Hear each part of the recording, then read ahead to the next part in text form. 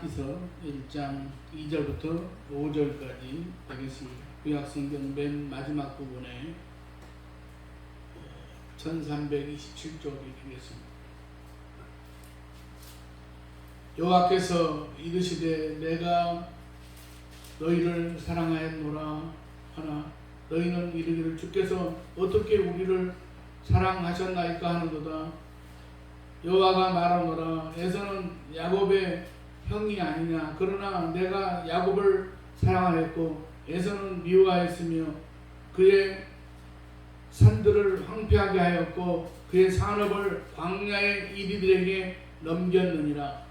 에돔은 말하기를 우리가 무너뜨림을 당하였으나 황폐한 곳을 다시 쌓으리라 하거니와 나 만군의 여호와는 이르노라. 그들은 싸울지라도 나는 헐리라. 사람들이 그들을 일컬어 악한 지역이라 할 것이요 여호와의 영원한 진노를 받은 백성이라 할 것이며 너희는 눈으로 보고 이르기를 여호와께서는 이스라엘 지역 밖에서도 크시다 하리라. 아멘. 찬양이 있겠습니다.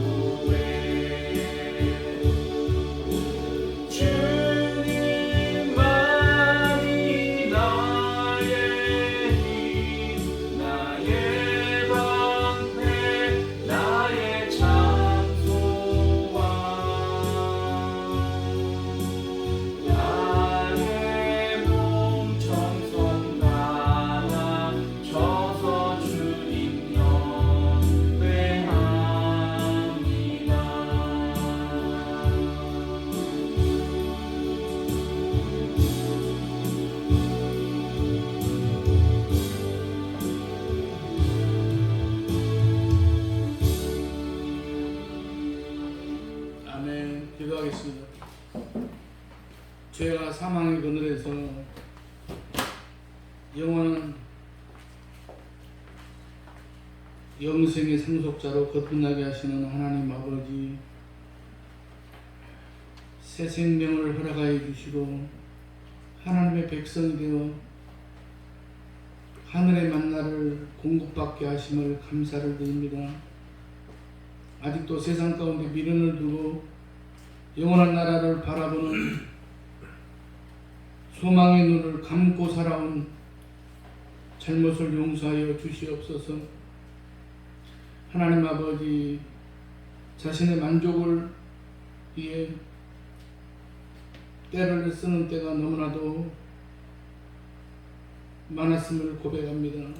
하나님께서 저희 안에 남아있는 쓴뿌리를 완전히 제거하여 주셔서 하나님께서 원하시는 성결하고 복된 심령이 되게 하여 주시옵소서. 하나님 아버지, 오늘 또 적은 무리들이 함께 모였지만은 두세 사람이라도 내 이름으로 모인 그곳에 함께 하시겠다고 하신 주님, 이 시간 이제 저희들의 예배 가운데 임재하여 주시고, 하나님 아버지, 참으로 이 시간 또한 말씀을 받을 때에 하나님 아버지, 저희들의 마음이 뜨거워지는 역사가 나타나게 하여 주시옵소서. 이 시간 부족한 동은 십자가 뒤에 감춰주시고 걸어간 입술로 사용하여 주시옵소서. 예수님의 이름으로 기도드리옵나이다. 아멘.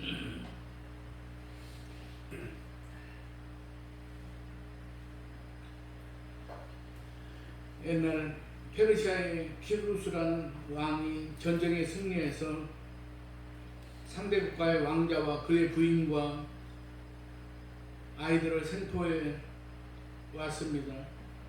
이 쿠루스는 이 성경의 이 고레스인인데, 키루스 왕은 그들을 죽이기 전에 이런 질문을 했다고 합니다.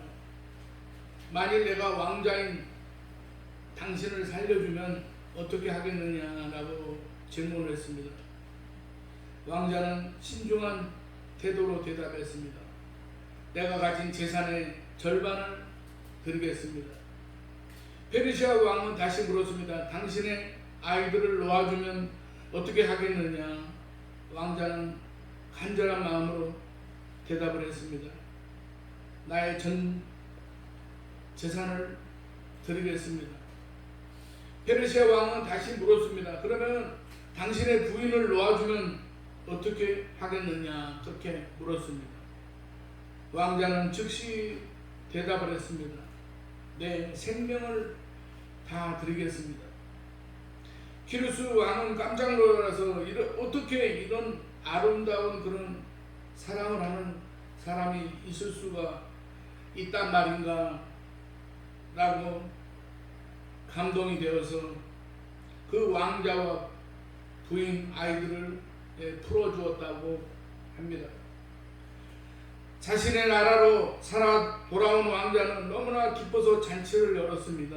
이때 왕자는 자기 아내에게 말했습니다. 비록 키루스 왕이 적국의 왕이었지만 참 훌륭한 사람이었습니다. 내가 보니 정말 잘생기고 미남이고 의젓하고 늠름하고 그리고 장수답고 그리고 남자답고, 그러면서 당신은 어떻게 생각을 합니까? 라고 물었습니다. 그 말에 아내는 이제 왕자를 바라보며 이렇게 대답을 했습니다. 저는 그 사람의 얼굴을 자세히 보지 않았습니다. 오직 저는 나를 위해 대신 죽겠다고 늠름하게 말하는 한 남자의 얼굴만을 바라보고 있었습니다. 나는 당신의 얼굴을 바라보는 동안에 다른 아무것도 보지 않았습니다. 나는 당신만 보고 있었다고 그렇게 감동스러운 말을 했습니다. 사랑하시는 여러분, 우리가 정말로 최고의 사랑이라는 것은 최고의 감동을 줍니다. 그것이 하나님의 사랑입니다. 오늘 본문 말라기서 1장 2, 3절을 보면 하나님은 내가 야곱은 사랑했고 에서는 미워했다고 하시는데 어디를 봐도 야곱을 사랑할 이유가 없습니다. 그냥 무조건 사랑하신 것입니다. 오늘 본문인 말라기서가 기록될 당시에 이스라엘은 페르시아라는 엄청난 나라에 조공을 바치는 변방의 지방처럼 남아 있었습니다. 과거 다윗과 솔로몬 시대에 찬란했던 이스라엘의 영광은 사라져버린 지 오래되었고 많은 선지자들이 예언했던 메시아 왕국은 임하지 않을 것 같아 보였습니다. 이렇게 희망이 보이지 않자 이스라엘 백성들은 하나님을 찾기보다는 낙담과 불신의 태도를 보였습니다. 자신들이 하나님이 선택한 백성이라는 생각은 희미해져 갔고 과연 하나님이 자신들을 사랑하는가에 대한 의심이 가득했습니다. 하나님의 복을 받을 백성으로서의 신앙이 무너져 갔습니다. 회개하고 자신을 돌아보며 거룩한 하나님의 백성으로 살아가기보다는 죄악에 깊이 빠져서 신음하고 살았습니다. 그러자 하나님은 말라기 선지자를 통해서 자신이 이스라엘을 얼마나 사랑하는지를 말씀하십니다. 사랑하는 여러분, 우리는 이 시대를 살아가는 우리도 마찬가지입니다. 우리는 코로나라고 하는 이상한 그런 질환의 그 때를 지나가면서 성도들의 믿음이 많이 약해졌습니다. 여전히 신앙은 회복되지 않고 있는데 나라의 모든 여러 가지 상황을 보면 정치적인 싸움 그리고 고물가 그리고 도대체 요즘은 다음 주에도 화요일날하고 수요일날 또 비가 온다고 예보가 되어 있는데 요즘은 장마철과 같은 그런 비가 와가지고 막 장마철이 아닌데도 비가 와서 피해를 주는, 그래서 사람 인명피해가 나고 재산이 피해를 입는 그런 상황들이 계속 이어지고 있습니다. 그러니 어디에서도 희망을 말하는 사람이 드물고 비관적인 일들이 가득한 세상을 우리는 살아가고 있습니다. 뉴스를 들어보면 그런 희한한 그런 일들이 벌어지고 있습니다. 그러나 하나님은 이스라엘을 사랑하시듯이 우리를 사랑하신다고 말씀하십니다.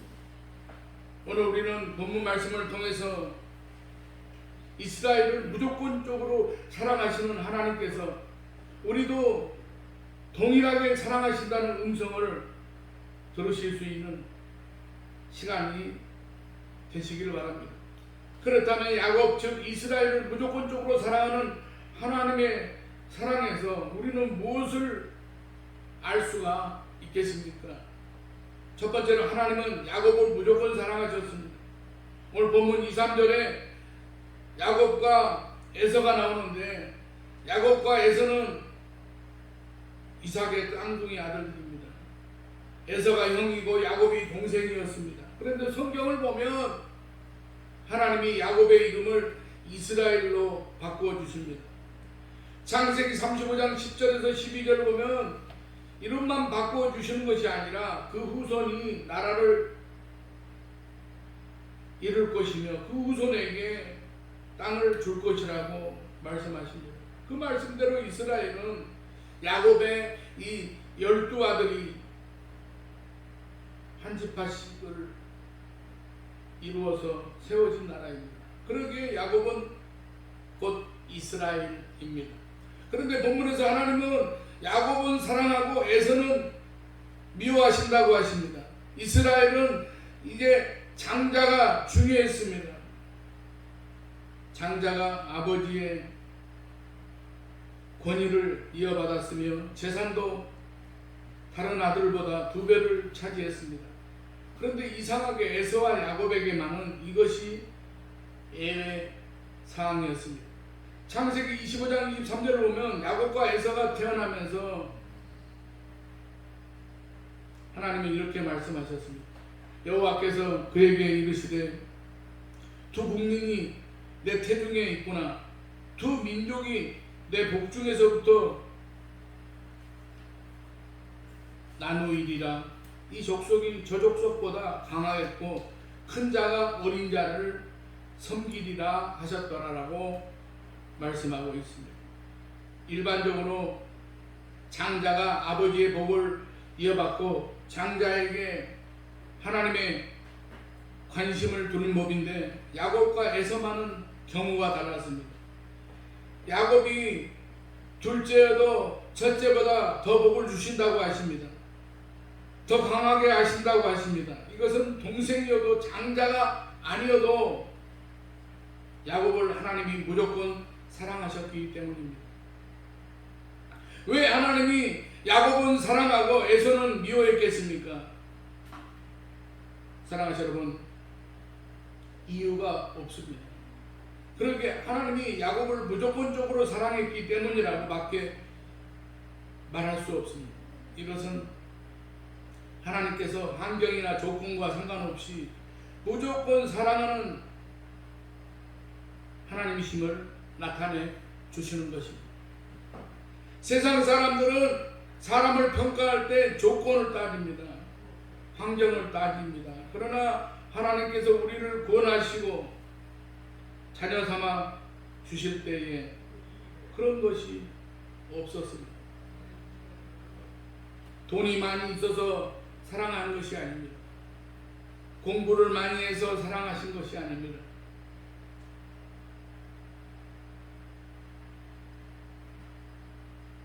구원하면 믿음생활 잘하고 신앙생활 잘할 거라서 우리를 사랑하고 구원해 주신 것이 아닙니다.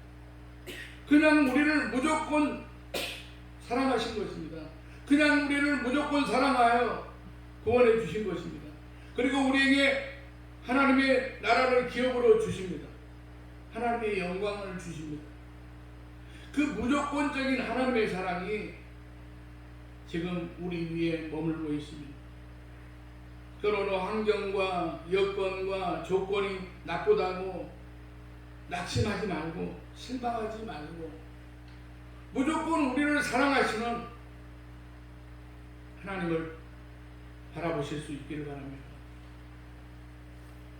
그리고 그 하나님 한 분만으로 그 하나님 한 분만으로 정말 기뻐하실 수 있는 저와 여러분이 되시기를 바랍니다. 두 번째로 하나님은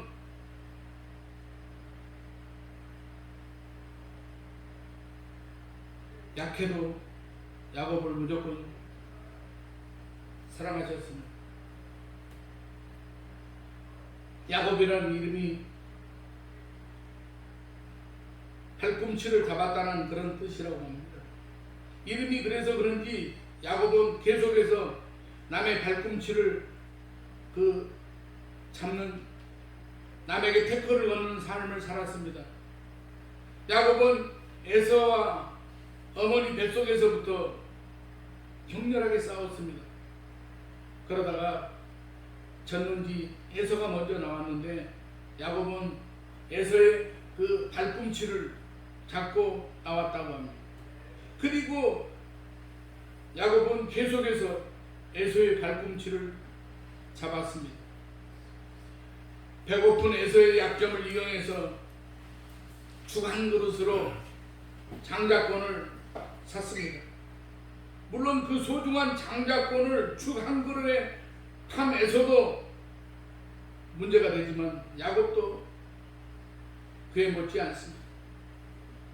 그리고 이삭이 나이가 많아서 이제 에서에게 장자에 대한 복을 빌어주려고 하자 자신이 에서인 척 꾸며가지고 에서가 받을 장자의 축복을 가르칩니다. 이후에 바다라람 땅으로 형을 피해서 도망간 야곱은 이번에는 라반을 속여서 재산을 모으게 됩니다.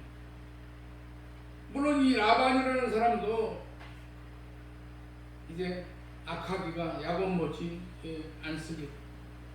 이런 야곱의 모습을 보면 정말 야곱은 사랑하고 싶지 않은 인물입니다. 오직 자기 자신밖에, 자기 이익밖에 모르는 그런 사람입니다.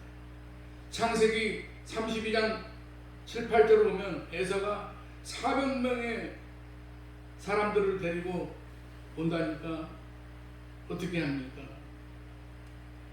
야곱이 심히 두렵고 답답하여 자기와 함께한 동행자와 양과 소와 낙타를 2배로 나누고 이르되 에서가 와서 한 때를 치면 남은 한 때는 피하리라 하고 서두에 키루스에게 잡힌 왕자 이야기를 말씀을 드렸는데 그 왕자와는 정반대입니다. 자기 부인이나 아이를 죽여서라도 자기 혼자는 살겠다는 것입니다. 야곱은 이렇게 이기적인 사람이었습니다. 그런데 이상한 것이 있습니다. 그렇게 이기적인 야곱인데 하나님은 위기의 순간마다 이 야곱을 지키시고 복을 약속하십니다. 야곱이 형과 아버지를 속이고 밧다라람 땅으로 도망갈 때에도 하나님은 야곱에게 엄청난 축복을 약속하셨습니다. 그리고 오랜 세월 후에 밧다라람 땅에서 이제 삼촌 라반 몰래 도망 나오자 이를 드늦게 한 라반이 야곱을 죽여갑니다. 이때 하나님께서 라반에게 나타나셔서 야곱을 건드리지 말라고 하십니다. 그리고 하나님이 그 이름을 물으신 후에 그 이름을 이스라엘로 바꾸어 주시며 복을 내려 주십니다.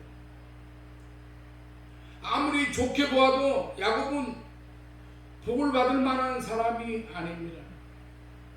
그런데 하나님은 야곱에게 위기의 순간마다 나타나셔서 그를 지켜주시고 위로하시고 축복을 약속하십니다.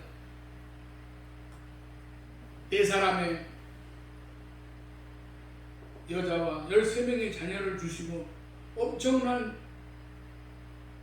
재산을 주셨습니다. 그리고 그 후손을 축복하셔서 땅을 주고 나라를 이루게 하시겠다고 하십니다. 하나님은 야곱을 이렇게 축복하셨습니다. 사랑하시는 여러분, 이것이 무조건적인 하나님의 사랑입니다. 사실 우리가 볼 때에 어떤 사람을 비인간적이고 악하다고 말하지만 하나님 보실 때는 모든 사람이 다 같이 비열하고 악합니다. 복을 받을 만한 사람이 없습니다. 로마서 3장 23절을 보면 모든 사람이 죄를 범하였으며 하나님의 영광에 이르지 못하더니라고 합니다. 하나님이 보시기에 사람들은 다 같은 죄인이고 다 같은 악한 존재들입니다. 우리는 야곱이 악하다고 말하지만 우리도 야곱과 별 차이가 없습니다. 그래서 야곱에게 복을 주신 하나님은 우리에게도 복을 주셔서 우리를 하나님의 자녀로 삼아주시고 하늘나라 기업을 주십니다. 비열하고 이기적인 야곱을 무조건 사랑하신 하나님은 악하고 이기적인 우리도 무조건적으로 사랑하십니다. 사랑하시는 여러분, 우리는 그 사랑을 입은 저와 여러분이라고 말씀드릴 수 있습니다.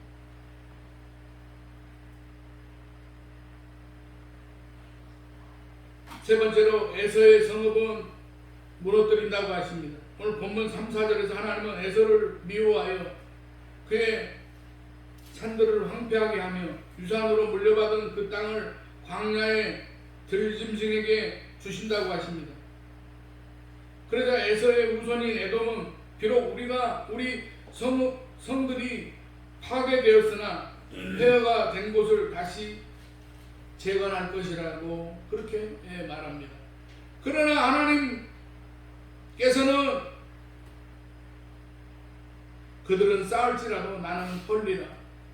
사람들이 그들을 일컬어 악한 지역이라 할 것이요 여호와의 영원한 진노를 받은 백성이라 할 것이라 라고 말씀하십니다. 사랑하는 여러분, 하나님께서 이렇게 하시는 이유는 에서를 구별하셨기 때문입니다. 정확하게 말하면 에서에게 죄의 책임을 물으시기 때문입니다.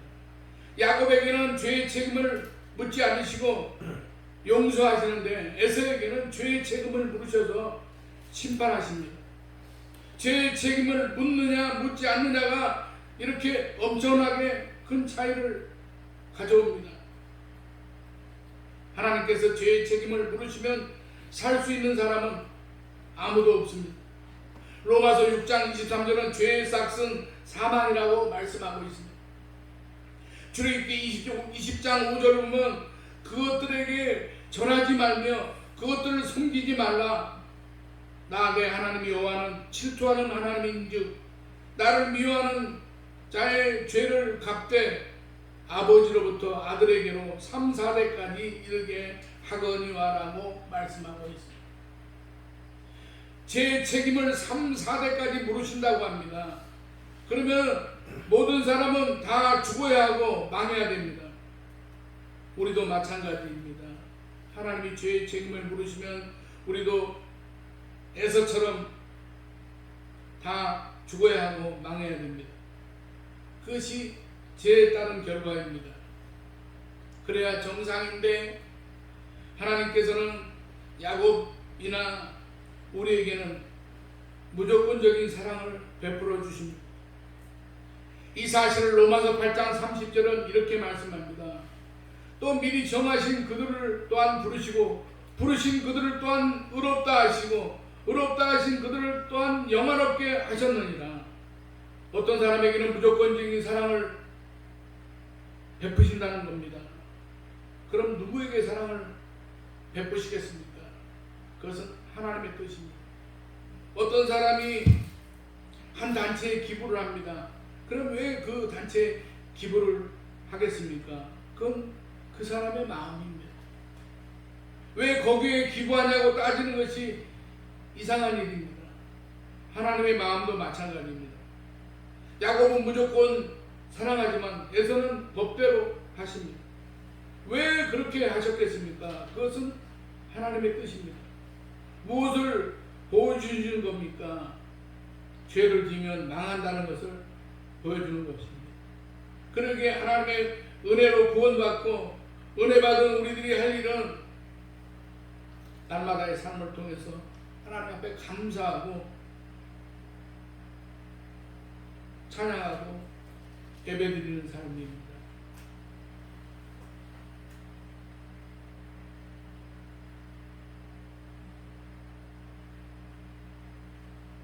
평생 선천적 시각 장애인으로 산 어떤 남자가 있었습니다. 형편이 어려워서 제대로 된 그런 그 시력 검사도 받지 못하다가 중년의 나이에 좀 경제적으로 좀 안정이 되어서 생전 처음으로 이제 그 안과를 찾아가 가지고 정밀 검사를 했다는 것입니다. 검사 결과 놀랍게도 이 수술만 하면 시력을 회복할 수 있다고 의사가 말했습니다.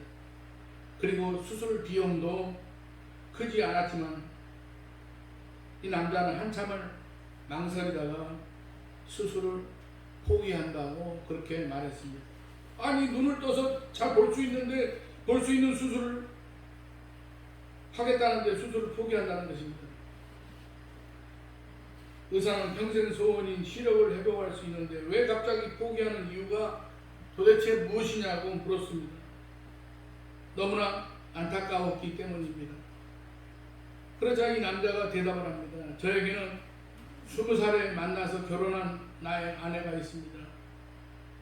나의 아내는 누구보다 심성이 착했지만 얼굴에 흉한 화상 자국이 있다고 말했습니다. 우리 아내가 나를 택한 것은 자신의 크나큰 약점을 볼 수 없는 사람이라는 것도 결혼의 한 가지 이유이기도 했습니다.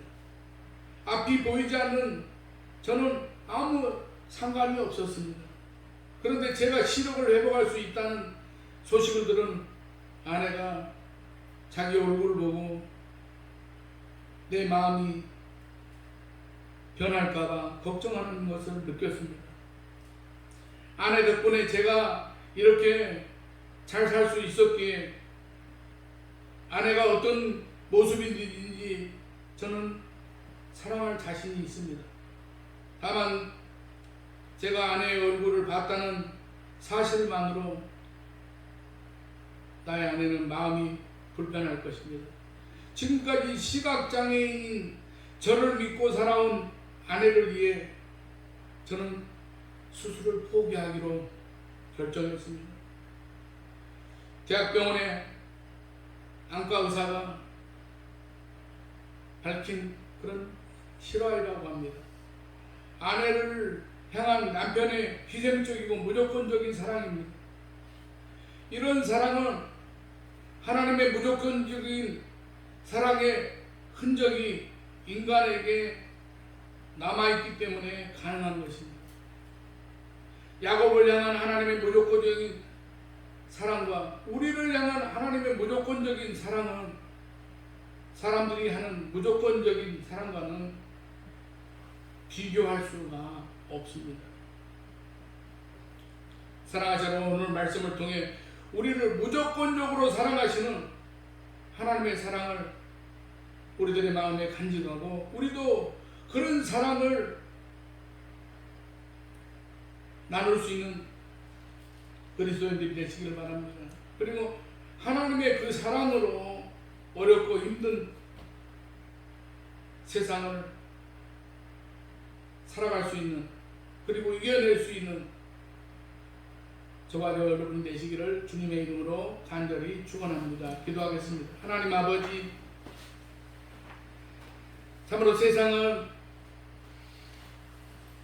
이제 폭풍과 같은 거센 비바람이 몰아치고 또한 깜깜한 밤과 같은 그러한 세상을 우리가 살아갑니다. 하나님 아버지, 그러나 우리들의 삶을 통해서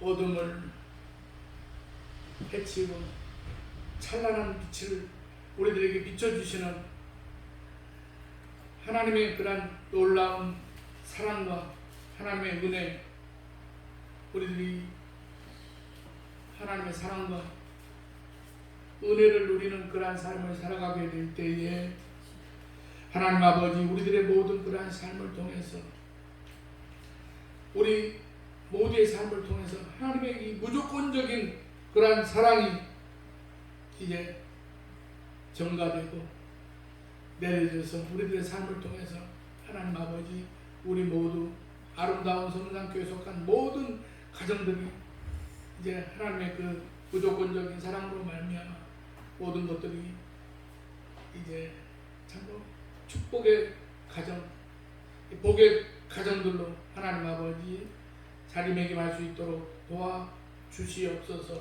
예수님의 이름으로 기도드리옵나이다. 아멘. 찬송가 382장 찬송하겠습니다.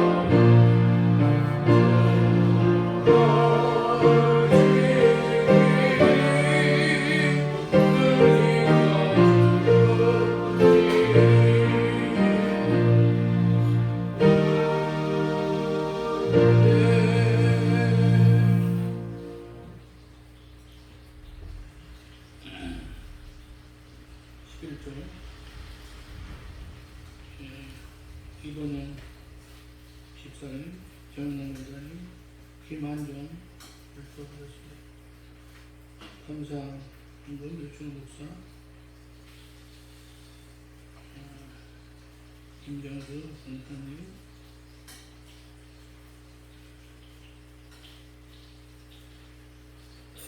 사랑하는 분 목사님, 건축원동 전부장 정춘 성경원동 이건영 집사님, 이성물 집사님, 정명 목사님, 이만물 집사님 되셨습니다. 기도하겠습니다.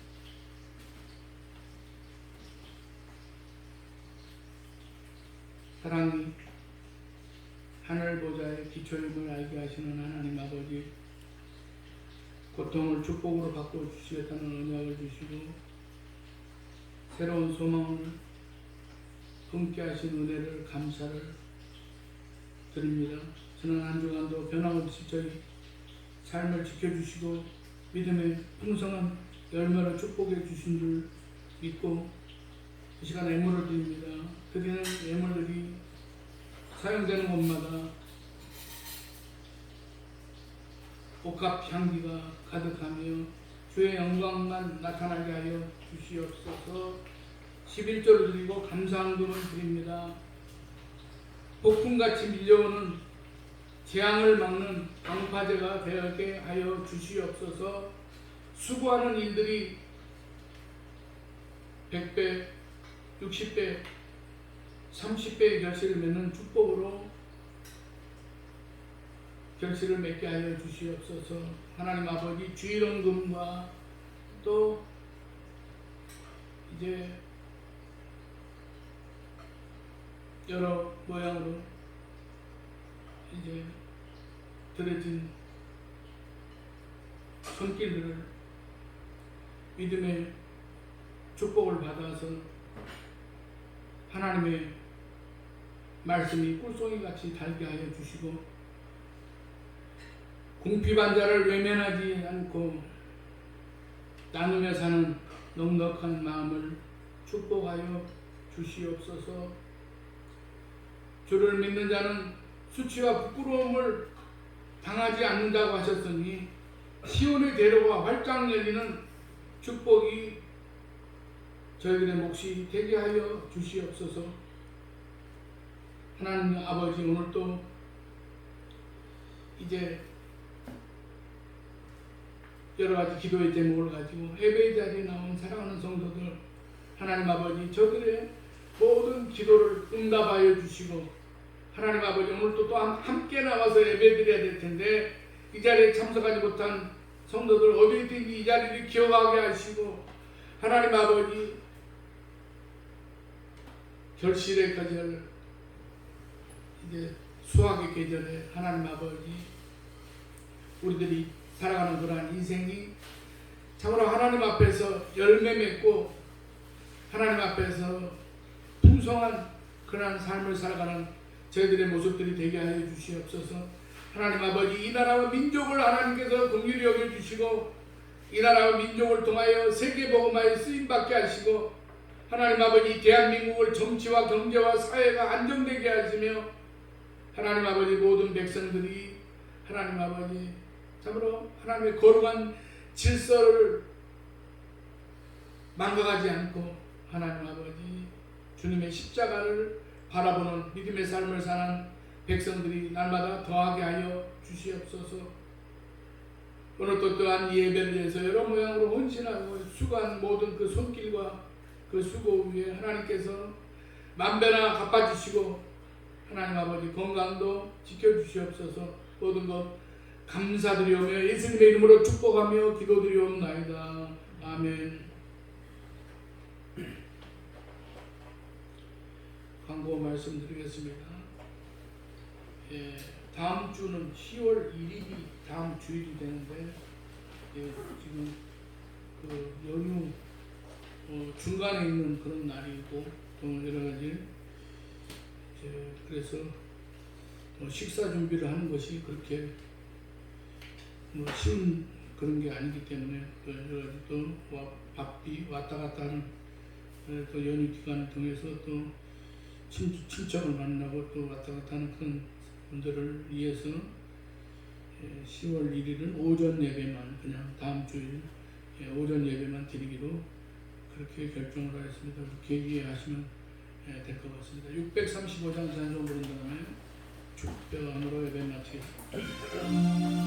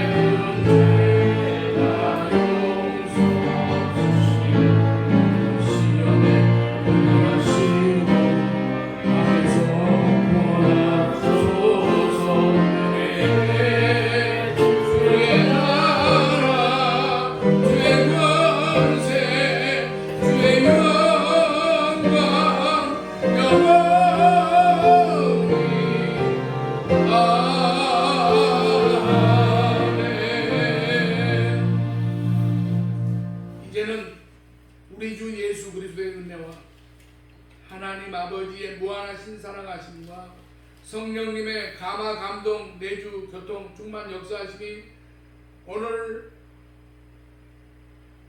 예배를 드리고 돌아가는 사랑하는 성도들의 가정과 삶의 발걸음마다 영원토록 함께 하시기를 간절히 축원하옵나이다. 아멘.